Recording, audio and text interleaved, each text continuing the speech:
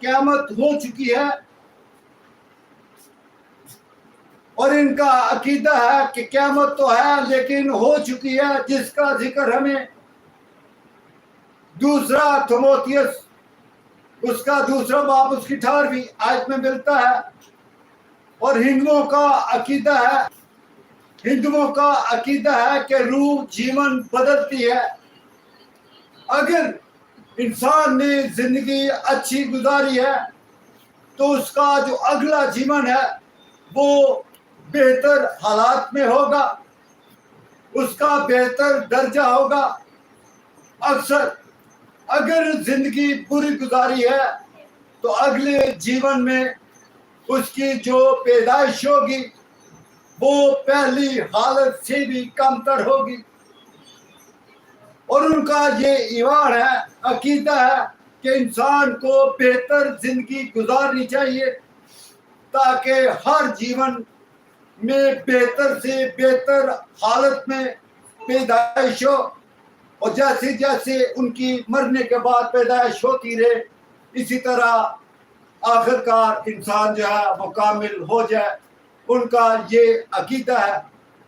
لیکن میں بائبل مقدس کی بات کرتا ہوں، اور بائبل مقدس اس کی گارنٹی دیتی ہے، جس کو آج ہم سیکھنے والے ہیں، جس کا تعلق صرف قیامت سے ہے۔ عزیزو، بائبل مقدس کے اندر انسان جو زمینی زندگی کے اوپر جیتا ہے، اس کے بعد مرتا ہے، اور بھی اس کے ساتھ اور کام ہے جس کے اندر 3 درجے پائے جاتے ہیں۔ نمبر 1، جب انسان کی پیدائش ہوتی ہے اور پیدائش سے موت تک، یعنی وہ زندگی جو اس دنیا میں اور اس قدرتی جسم میں وہ گزارتا ہے، اور یہ جسم جو فانی ہے اور فانی ہے۔ اور دوسرا اس کا حصہ، دوسرا درجہ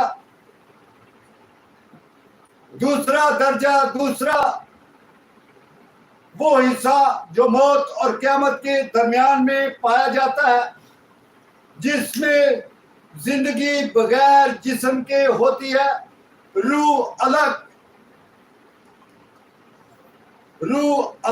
اور فانی بدن الگ الگ ہو جاتے ہیں۔